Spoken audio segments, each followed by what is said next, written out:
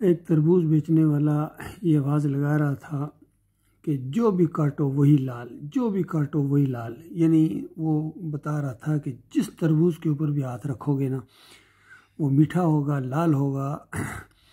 بالکل یہی معاملہ ہے ہمارے پاکستان کے حکمرانوں کا کہ جب سے پاکستان بنا ہے جو بھی آیا ہے ایک سے ایک بڑھ کر قبر پرست، پیر پرست اور شرک کا دائی اور شرک کی حفاظت کرنے والا، اور شرک اللہ کو گالی ہے۔ اور پوری دنیا جانتی ہے کہ یہ پاکستان کلمے کی بنیاد کے اوپر یہی نعرہ لگایا گیا تھا، لا الہ الا اللہ۔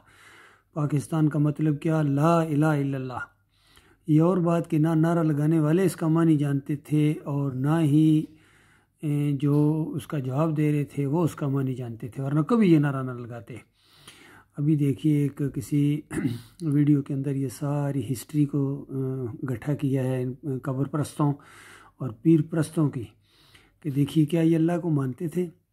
صرف قانون کے اندر کہ حاکمیت صرف اللہ کی ہے، باقی کبھی اس در کے اوپر ماتھا ٹیکتے، کبھی اس پیر کی پنڈلیاں دباتے، کبھی وہاں یہ شرک اور کفر کے بازار گرم کرتے۔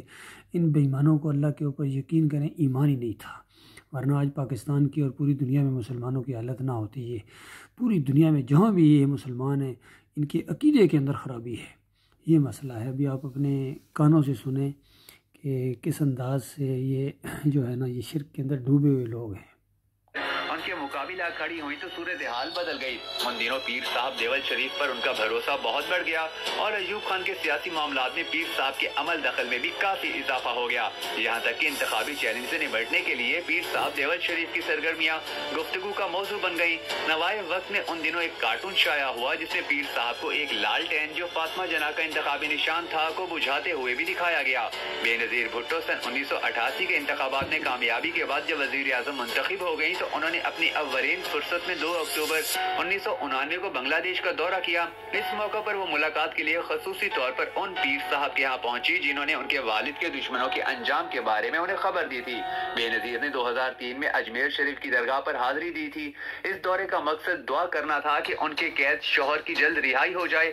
آصف علی زرداری جب رہا ہو گئے تو انہوں نے اپنے شوہر کے ہمراہ شکر گزاری کے لیے اجمیر شریف کا ایک بار پھر دورہ کیا۔ پاکستان میں اولیاء کرام کی بہت سی درگاہوں پر بے نظیر بھٹو کی حاضری کی تفصیلات دستیاب ہیں۔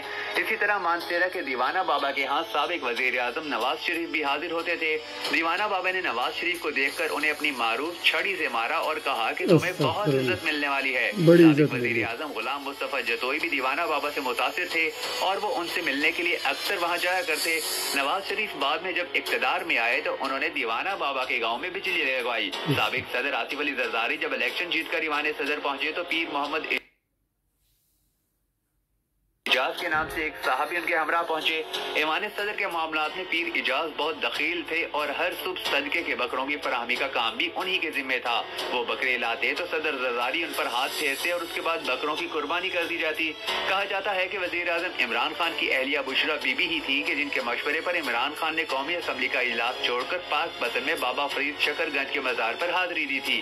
ایک بار وہ اسی درگاہ پر حاضر ہوئے تو اس کے تاریخی دروازے پر اس انداز میں تعظیم بجا لائے جس پر سجدے کا گمان ہوتا تھا۔ یہ بھی کہا جاتا ہے کہ بشرا بی بی نے ہی پاناما کیس کے آخری مرحلے میں خان صاحب کو کسی پہاڑی مقام پر ڈیرے لگانے کا مشورہ دیا تھا اور وہ نتیا گلی کے ریسٹ ہاؤس منتقل ہو گئے تھے۔ اس کے علاوہ ایک زمانے میں جب عمران خان پرستاروں کے ہجوم میں گھرے رہا کرتے تھے تو اسی زمانے میں عمران خان کی کوئی انتہائی قیمتی چیز ان کے بیڈ روم سے غائب ہو گئی۔ یہ گمشدگی عمران خان کے لیے انتہائی پریشان کن تھی اور وہ چاہتے تھے کہ اس چیز کو چرانے والا کسی نہ کسی طرح ان کے سامنے بے نقاب ہو جائے۔ یہ مسئلہ انہوں نے سیالکوٹ والے بابا کے سامنے رکھا تو وہ خاموشی اختیار کرنے کے بعد مراقبے میں چلے گئے۔ کچھ دیر کے بعد وہ اس کیفیت سے نکلے تو ان کی زبان پر اس چیز کے چرانے والے کا نام تھا۔